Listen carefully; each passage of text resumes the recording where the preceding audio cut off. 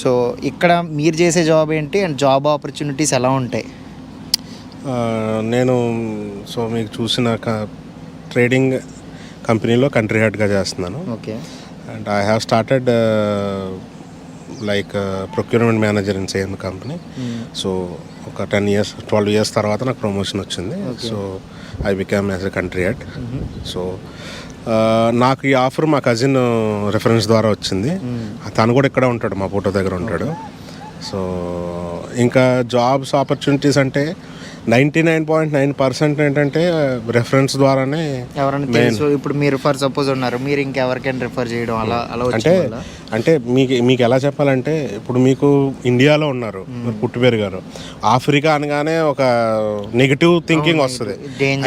ఎవడో US UK America Switzerland వెళ్ళాలనుకుంటారు, కానీ ఎవడు కూడా ఇక్కడ రావాలని అంత రెడీగా లైక్ భయపడతారు.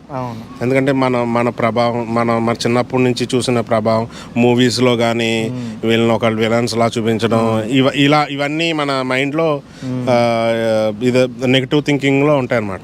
సగం ఆ కలర్ చూసి భయపడతాం, అంటే చూడడానికి అలా ఉంటుంది.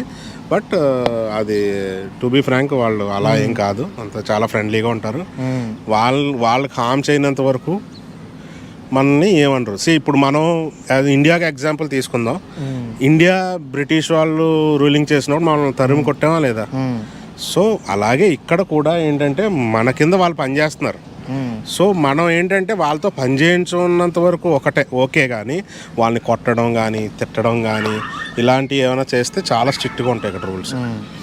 అండ్ జాబ్ విషయానికి వస్తే రెఫరెన్స్ ఒకటి, నెక్స్ట్ కొన్ని కన్సల్టెన్సీస్ కూడా ఆఫర్స్ ఇస్తుంటాయి. Mainly like shop keeping, super మార్కెట్స్లో జాబ్స్, వేర్ హౌస్ కీపింగ్, ఇలాంటి జాబ్స్ నార్మల్గా ఉంటాయి. ఇంకా టెక్నికల్ సైడు ఇప్పుడు Jindal has established big setup in Nacala and Tete. మీరు తేత్ నుంచి వచ్చారు కదా, they have some mines also here. Jindal వాళ్ళకి పెద్ద సెటప్ ఉంది. వాళ్ళ దగ్గర నియర్లీ మన ఇండియన్సే చాలా మంది పనిచేస్తున్నారు.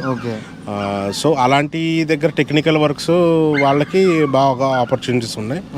ఇంకా మన సైడ్ వచ్చేసి లైక్ మినిమం క్వాలిఫికేషన్ ఉన్న వాళ్ళకి, లైక్ 10th ఇంటర్ అలా చదివిన వాళ్ళు ఏంటంటే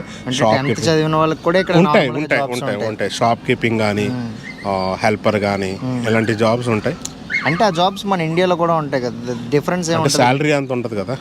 ఫర్ ఎగ్జాంపుల్ ఇండియాలో ఒక షాప్ కీపర్కి 15,000 ఇస్తున్నారు అనుకోండి, ఇక్కడ నార్మల్గా ఎంత ఎక్స్పెక్ట్ 40 నుంచి 50,000.